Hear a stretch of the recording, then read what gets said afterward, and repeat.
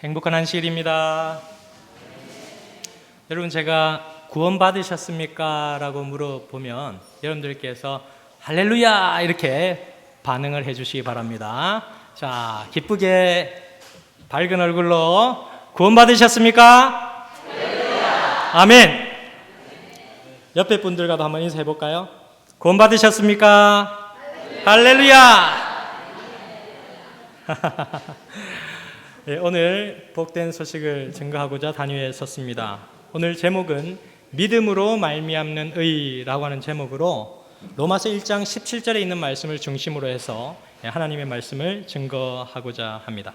신약성경 로마서 1장 17절의 말씀을 펴주시기 바랍니다.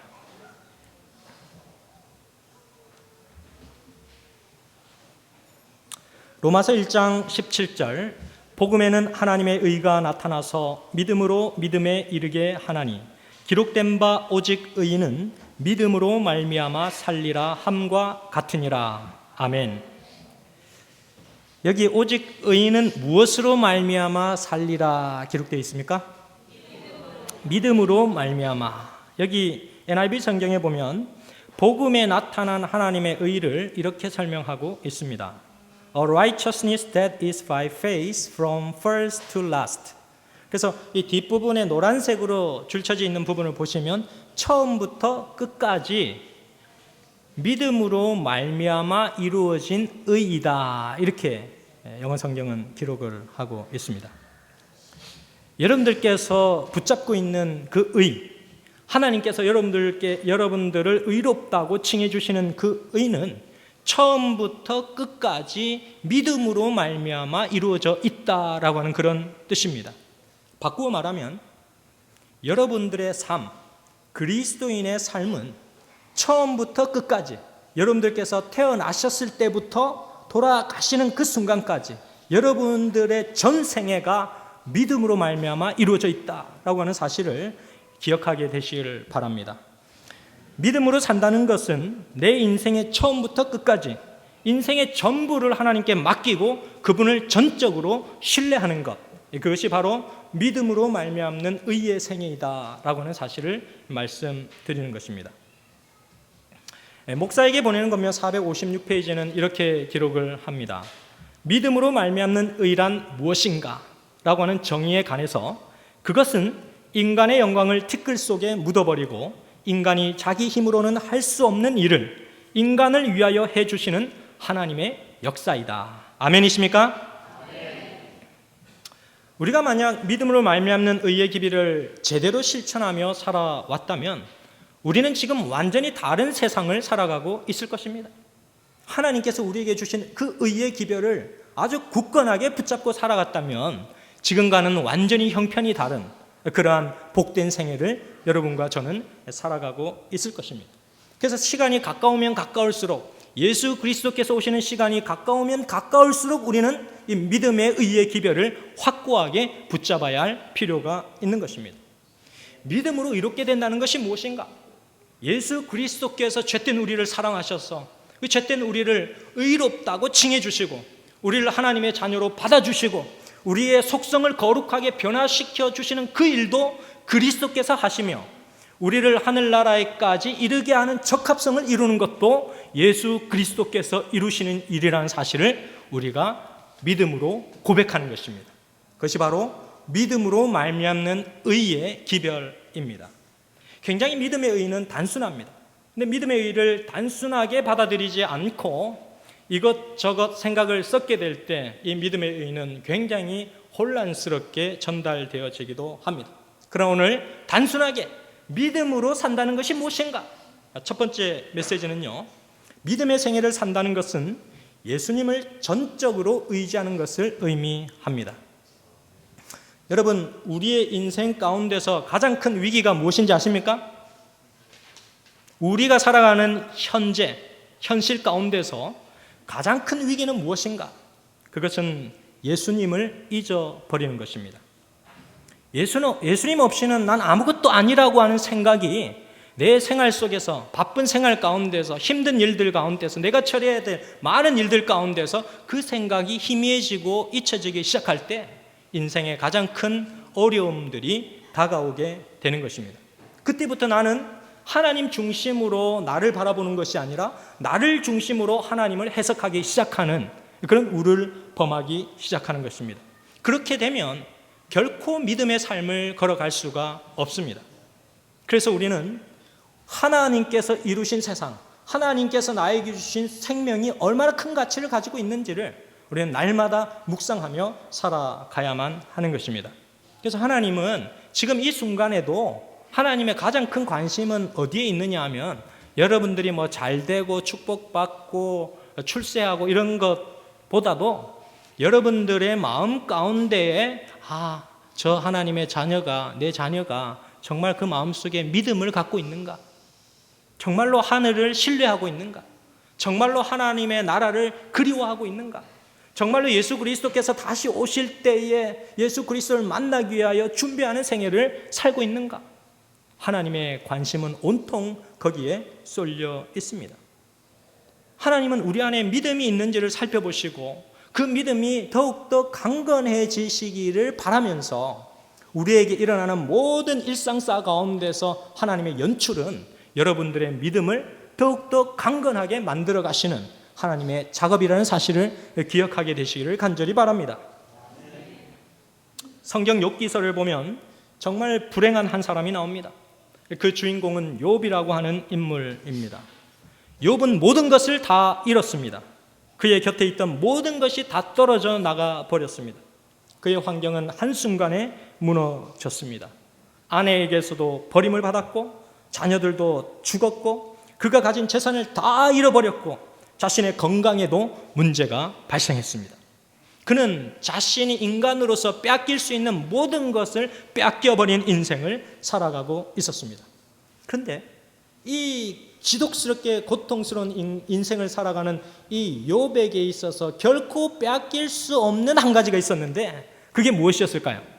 그것은 믿음이었습니다. 하나님을 신뢰하는 마음이었습니다. 하나님께서 내 인생의 주인이시라고 하는 그런 고백이었습니다. 내 이렇게 처절한 환경 가운데서도 하나님께서 나를 다시금 새롭게 하실 것이라고 하는 믿음이 그의 마음 가운데 자리 잡고 있었습니다. 그래서 그는 욥기서 23장 10절에서 그가 이해하고 있는 믿음으로 말미암는 의의 기별, 그가 붙잡고 있는 믿음의 의가 무엇인지를 그가 노래하고 있는데요. 욥기서 23장 10절의 말씀은 그가 이렇게 기록합니다. 그러나 내가 가는 길을 그가 아시나니 그가 나를 단련하신 후에는 내가 순금같이 되어 나오리라. 이렇게 그가 믿음의 고백을 하고 있습니다. 정말 이해할 수 없는 고통스러운 환경을 살아가고 있지만 자신의 인생을 변화시켜 주실 하나님을 전적으로 신뢰하고 있는 한 사람의 모습을 우리는 성경에서 발견할 수 있습니다. 사실 우리가 많은 것을 든든하다고 생각하면서 보험을 들기도 하고 또 어떤 재산을 많이 축적해 두어서 내가 나중에 어떤 일이 벌어질 경우에를 대비하는 그런 생애를 살아가지만 하나님을 신뢰하는 것만큼 든든한 인생은 없습니다. 내 인생의 어떤 변화와 내 인생의 어떤 성장과 내 인생의 어떤 발전을 이루실 분은 오직 유일하신 하나님 한 분이시라는 사실을 고백하게 될 때 하나님의 백성들은 든든한 인생, 평강의 인생, 축복의 인생을 걸어갈 수 있게 되는 것입니다. 치료봉사 444페이지는 이렇게 기록합니다. 가장 어려운 상황인 것처럼 보이는 최악의 시간에 하나님을 믿는 믿음을 가지라. 그분께서는 당신의 뜻을 이루고 계시며 당신의 백성의 유익을 위하여 모든 것을 호전시키고 계신다. 하나님을 사랑하고 섬기는 사람들의 힘은 날마다 새로워질 것이다. 아멘. 믿음으로 산다는 것은 결코 상상이나 이상이나 감성적인 어떤 것이 아닙니다. 믿음은 실제적인 것입니다. 현실적인 것입니다. 실제적으로 하나님의 그 파워를 인정하는 것입니다. 실제적으로 하나님께서 내 인생에 관여하실 수 있다고 믿는 것입니다. 그리고 그분께서 내 인생에 변화를 주신다고 확신하는 것입니다. 그럴 때 내 인생의 책임자이신 그분께서 나의 인생을 고쳐주시고 바꾸어주시고 발전케 하시는 하나님의 은혜를 우리는 경험할 수 있습니다. 더 이상 내 생각, 내 치졸한 생각으로 하나님의 세계를 평가하거나 저울질하지 않습니다. 그것이 바로 믿음으로 사는 생애를 살아가는 사람들의 모습인 것입니다. 한 선교사님이 아프리카에 선교사로 갔습니다. 아프리카에 선교사로 가서 죽어가는 영혼들을 위하여 열심히 일을 하고 또 봉사를 하고 그렇게 하시다가 다른 지역으로 가기 위해서 어떤 강을 하나, 큰 강을 건너야 하는데 자기가 강을 건너려고 하니까 원주민들이 말리면서 손을 딱 잡는 거예요. 원주민들이 손을 딱 잡으면서 뭐라 말하는데 뭔지 잘 알아듣지는 못하지만 이 원주민들이 뭐라 얘기를 하더니 그의 가슴 속에 큰 돌덩어리를 하나 딱 던져주는 거예요. 이 돌덩어리를 안고 물가를 건너가라 이렇게 얘기하는 것입니다. 강을 건너가라 이렇게 얘기해 주는 것입니다. 그래서 좀 이해가 되지 그냥 강을 그냥 건너가기도 힘든데 이 무거운 돌을 들고 어떻게 강을 건너가나.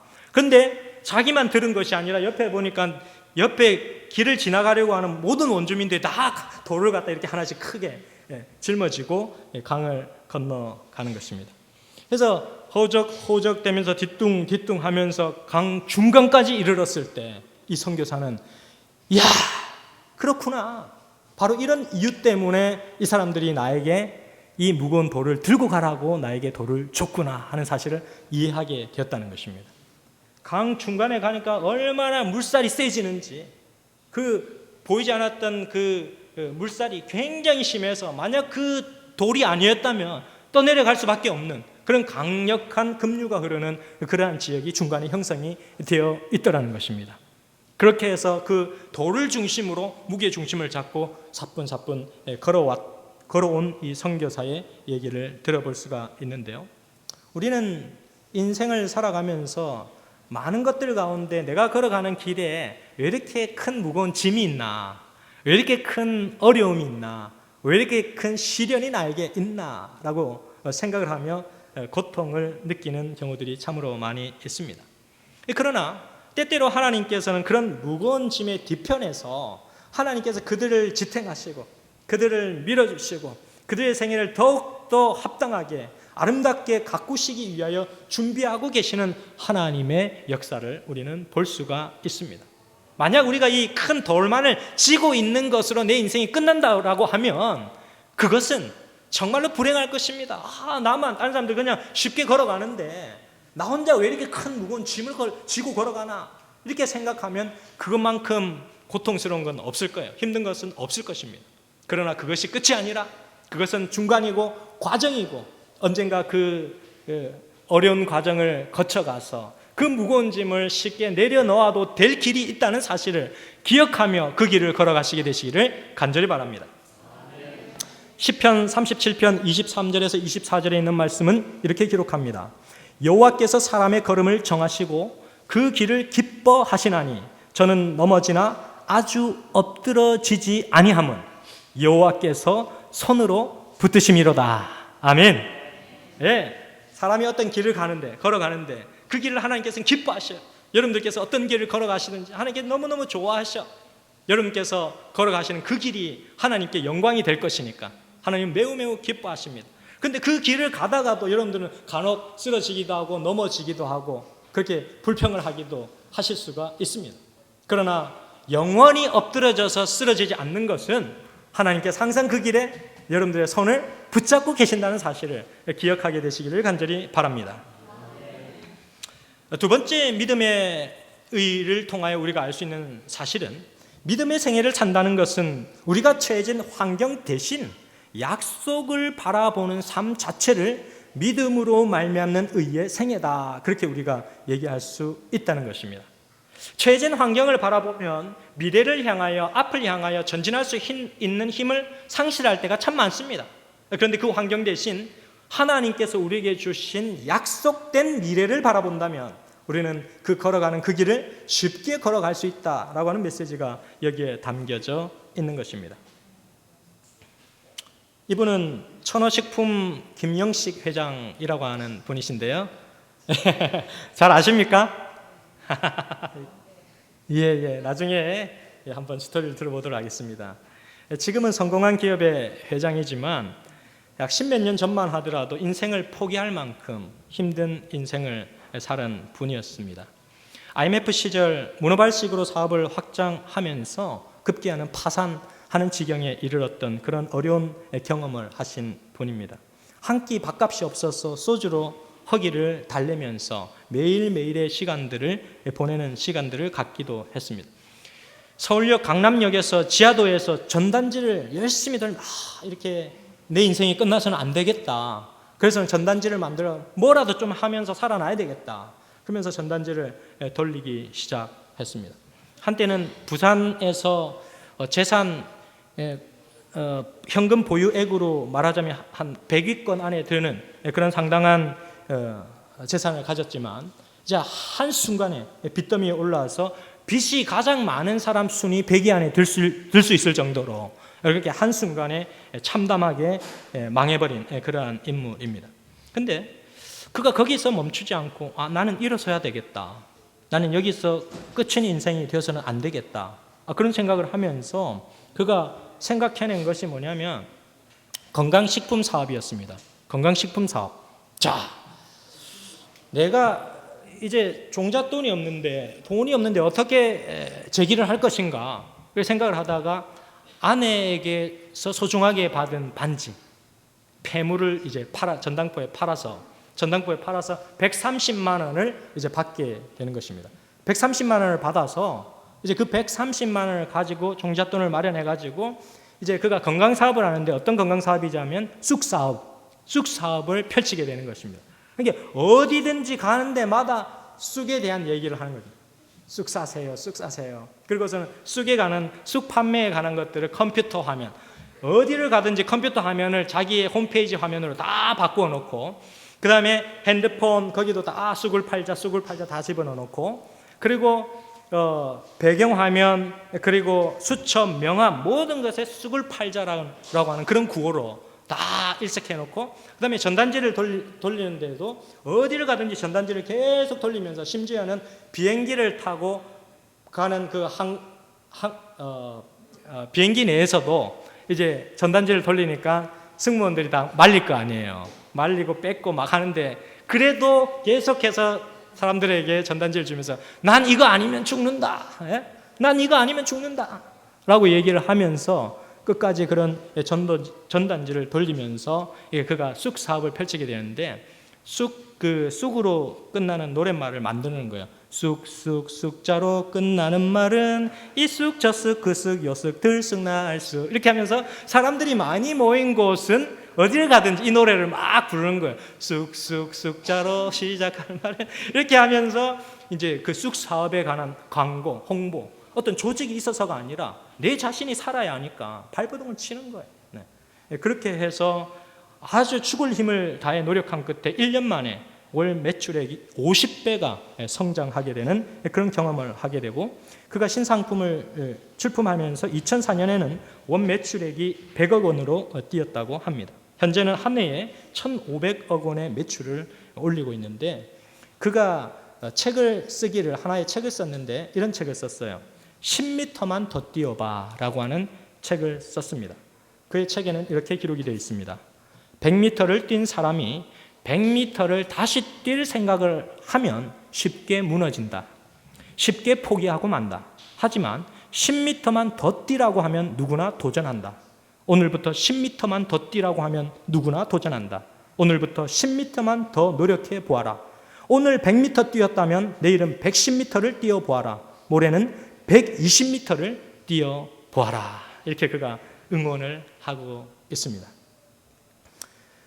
요한일서 2장 25절의 말씀 가운데는 이렇게 기록합니다. 그가 우리에게 약속하신 약속은 이것이니 곧 어떤 생명이라? 영원한 생명이라. 네, 우리가 걸어가는 삶이 여기서 끝이 아니라는 것이죠. 그래서 우리가 당하는 시련과 고통과 어려움을 여기서만 끝장낼 거로 생각하면 안 된다는 것입니다. 하나님께서 주신 영원한 생명을 바라보면서 7번 넘어져도 8번 일어나는 믿음의 승자가 되시기를 간절히 바라겠습니다. 하나님께서는 얼마든지 우리가 약속을 붙잡고 걸어나가게 될 때 우리 인생의 역전의 기쁨을 주실 수 있는 분이 하나님이십니다. 왜? 우리의 생명을 그분께서 붙드시고 계시니까, 우리의 삶의 현장을 그분께서 열어가시니까, 이 세상의 역사를 그분께서 이끌어 오셨으니까, 이 세상의 미래의 역사도 그분께서 이끌어 가실 것이니까, 예수 그리스도의 세상이 도래되는 사건도 그분께서 이끄실 것이니까 우리는 그분에 대한 약속을 붙들어야 할 필요가 있습니다.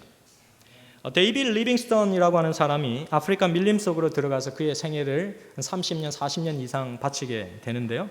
그가 아프리카에 들어가서 불쌍한 사람들을 위해서 내 전생애를 드려야 되겠다 결심하고서는 그가 세상과는 다 인연을 끊고 살았어요. 자기가 알고 지내던 친한 사람들, 인맥들 다 끊고서는 밀림 속으로 들어가서 그 아프리카 오지에서 죽어가는 영혼들을 위해서 열심히 헌신하고 봉사했습니다.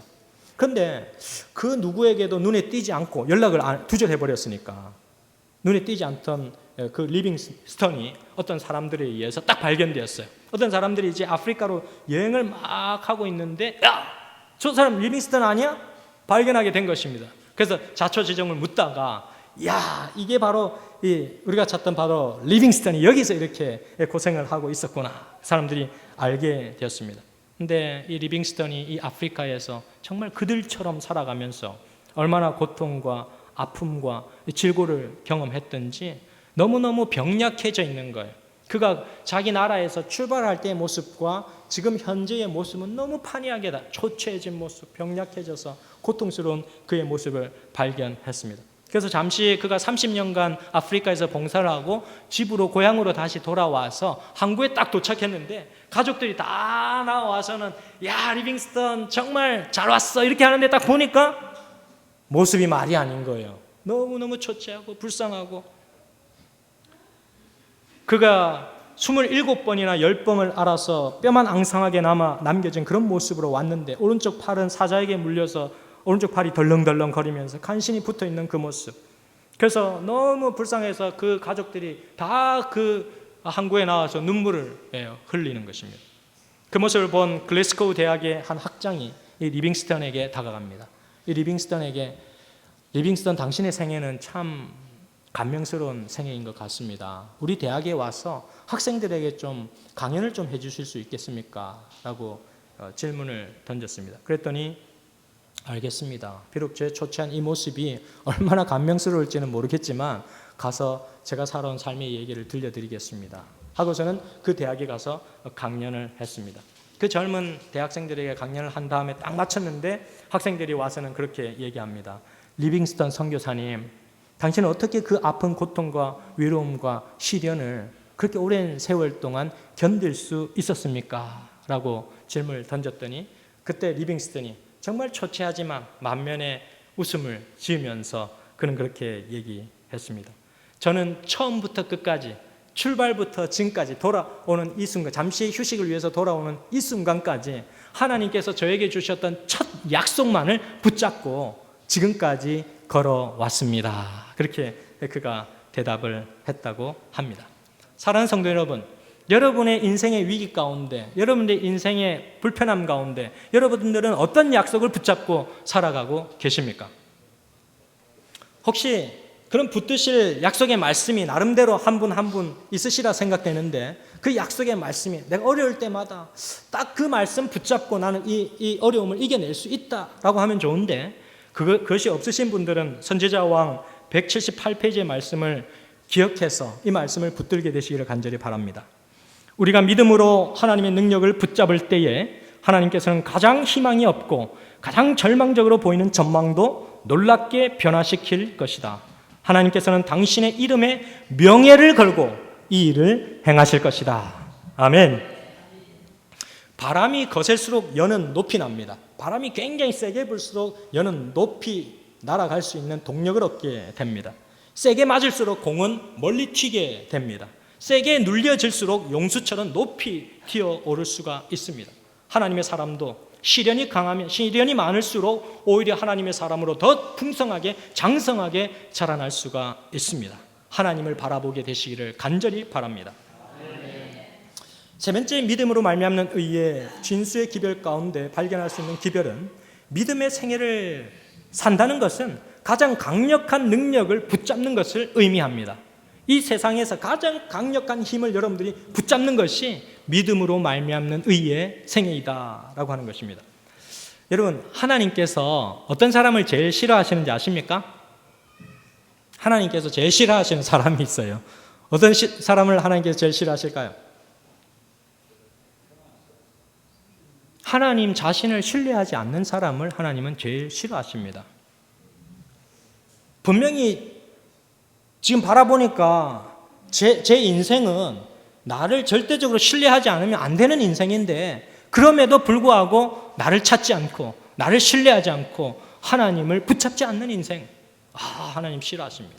하나님을 바라보아야 하는 것입니다. 하나님께서 절대적인 주권을 갖고 계시는데 엉뚱하게 다른 것을 계속 쳐다보는 거예요. 다른 것을 바라봅니다. 다른 거에서 자신의 문제를 해결하려고 하는 것입니다. 하나님 아닌 것을 떠나서 과감하게 하나님 앞으로 나아가는 것이 믿음으로 말미암는 의의 생애라는 사실을 기억하게 되시기를 간절히 바랍니다.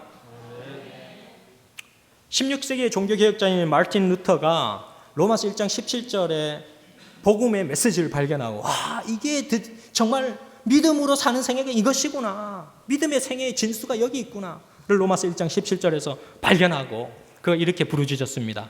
내가 내 자신을 바라볼 때 어떻게 내가 구원받을 수 있을까 알 수가 없다. 자기 자신을 바라보니까 너무 절망적이라는 거죠. 그러나 내가 예수님을 바라볼 때 어떻게 내가 잃어버림 받을까 알 수가 없다. 예수 그리스도를 바라보니까 난 절대로 잃어버린 바 되지 않는다는 사실을 그가 확신하고 있다는 사실을 여러분들도 기억하게 되시기를 간절히 바랍니다.